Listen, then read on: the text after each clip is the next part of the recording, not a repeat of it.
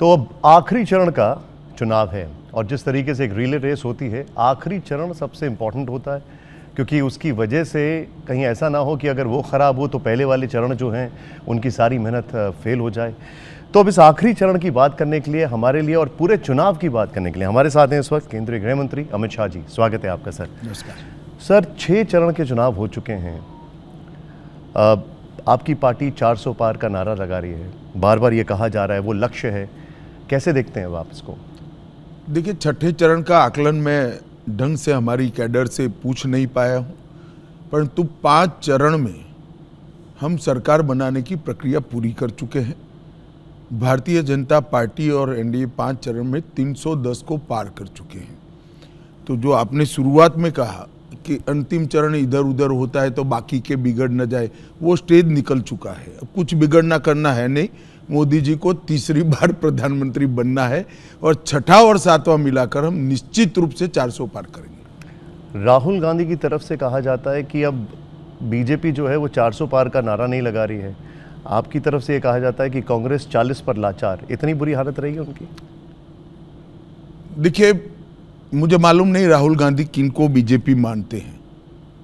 प्रधानमंत्री जी बोल रहे हैं, हमारे राष्ट्रीय अध्यक्ष जी बोल रहे हैं, श्री राजनाथ सिंह जी बोल रहे हैं, मैं बोल रहा हूं। वो बीजेपी किसको मानते हैं मैं समझ ही नहीं पाता। 400 पार का नारा या 400 पार का ये जो टारगेट था, ये दिया किसने? आपने?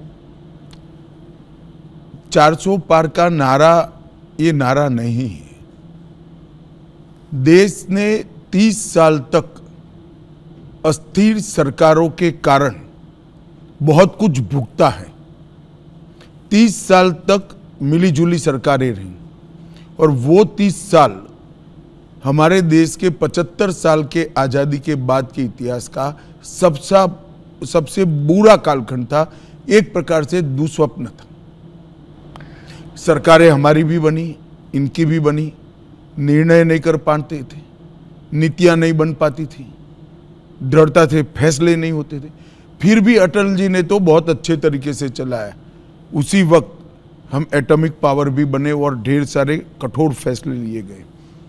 परंतु जब यूपीए सरकार आई, 10 साल चली और उसके पहले वाली जो सरकारें बनी, वो अस्थिरता के दौर में भारत दुनिया में रेस में काफी पिछड़ गया।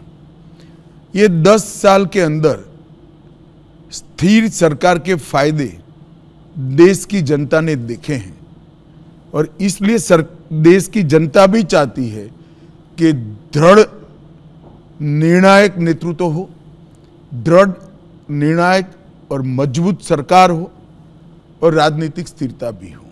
इसलिए हमें 400 पार चाहिए और 400 पार का आशीर्वाद निश्चित रूप से देश की जनता देगी।